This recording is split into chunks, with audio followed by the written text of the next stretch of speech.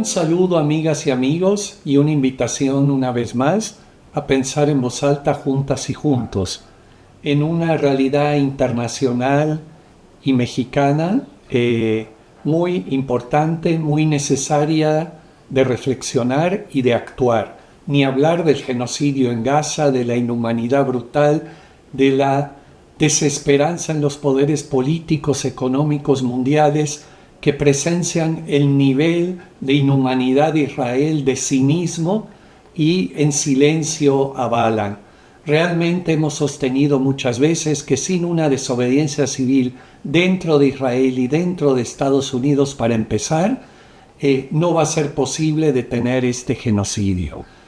Y también, por supuesto, el proceso en Estados Unidos de las elecciones, que va avanzando cada vez con más violencia, no solo polarización, sino también una suerte brutal de engaños, mentiras, falsedades hacia la población con el manejo de cifras y de las campañas.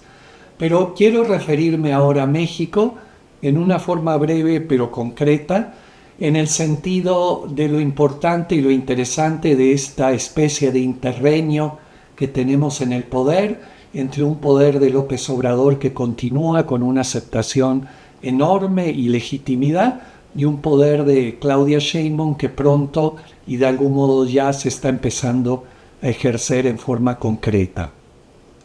Una primera constatación que me parece muy importante reflexionar es que esos 36 millones de votos, esos 20 millones de votos más que la adversaria más cercana, sí es verdad, como se ha dicho mucho, que fueron por la candidata Claudia Sheinbaum, con muchísimos aspectos positivos, que fueron también por el presidente López Obrador y la legitimidad enorme, como en pocos lugares del mundo, sobre sus 6 años de gobierno y todas las políticas, sobre todo sociales, que ha realizado.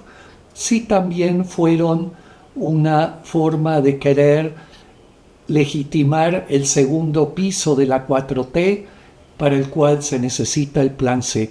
Pero hay un detalle muy importante que ha ido pasando todas estas semanas, en particular los jueves, de que los 36 millones, 10, 20 millones más que la oposición, votaron por el aparato de gobierno del actual gobierno.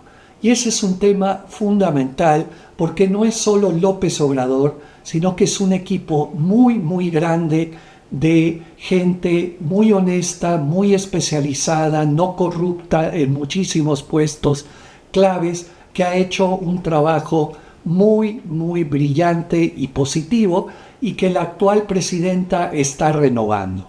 O sea, se votó también en forma más que de millones por el actual equipo de gobierno.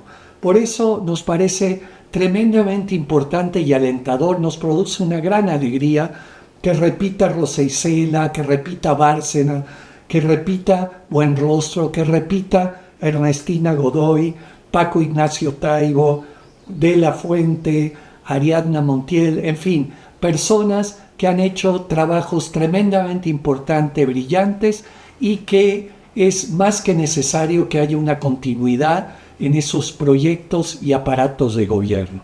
La oposición, lógicamente, en forma infantil, manipula eso, cuestiona y lo presenta incluso como una continuidad de López Obrador. Pero para nada, es una continuidad de un proyecto político para el cual es necesario romper con eso que tanto se ha dado en décadas y décadas de la política mexicana, que llega alguien y empieza de cero.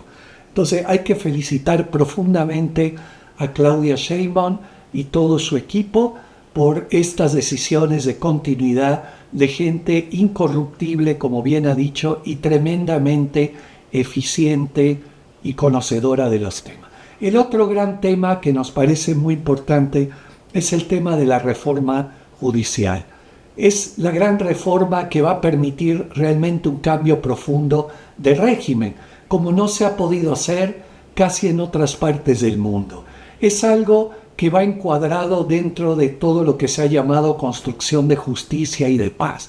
Es clave para la construcción de paz, la construcción de una justicia verdadera, plena, no impune y operativa. Y para eso es totalmente fundamental la reforma judicial. Esos 36 millones de votos dan una legitimidad fundamental. Yo recordaba la idea de Gandhi, que voy a leer brevemente textual, del programa constructivo de la India, donde muestra claramente qué papel tiene el pueblo en las grandes reformas y revoluciones sociales, a las cuales tiene claro Claudia Sheinbaum que el voto fue para eso y no se puede dar marcha atrás, aunque sí se puede escoger las mejores formas y la gradualidad necesaria. Decía Gandhi en el programa constructivo, leo textual: nosotras y nosotros hemos estado acostumbrados por mucho tiempo a pensar que el poder viniera solo de las asambleas legislativas. Yo he considerado esta creencia un grave error causado por la inercia o por una especie de hipnotismo. Un estudio superficial de la historia inglesa nos ha hecho pensar que todo el poder llega al pueblo por los parlamentos. La verdad radica en que el poder está en la gente y es confiado momentáneamente a quienes ella puede elegir como representantes propios. Los parlamentos no tienen poder y ni siquiera existencia independientemente del pueblo. Convencer al pueblo de esta sencilla verdad ha sido mi tarea en los últimos 21 años.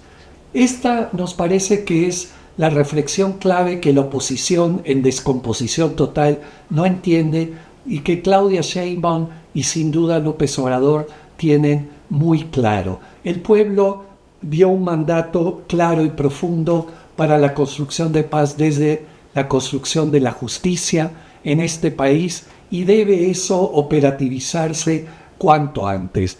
Más allá de que la oposición y toda la gente comentócrata o llamada disque intelectual asalariados por ella, crean, como en la guerra sucia, los mismos esquemas. Dar información sin prueba y sin datos duros.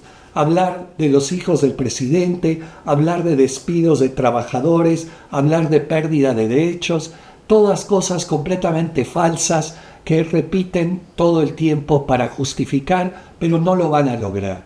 Y la otra parte es confundir lo ideal con lo real.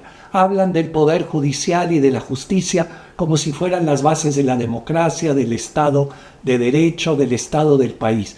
Pero sabemos perfectamente la podredumbre que es el poder judicial y la corrupción en nuestro país, al grado que la presidenta de la Suprema Corte se reúne con un candidato en la casa de otro ministro de la Suprema Corte de noche, en lo oscurito, con los representantes del Tribunal Electoral de la Federación, y no da ninguna explicación para un acto de tal nivel de corrupción.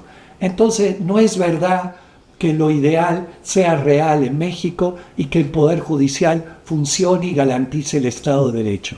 Es absolutamente todo lo contrario. Por eso pensamos que es fundamental que en este tema de la reforma judicial y de 36 millones de votos no nos quedemos mágicamente esperando que esos votos den legitimidad y permitan aprobar la reforma judicial.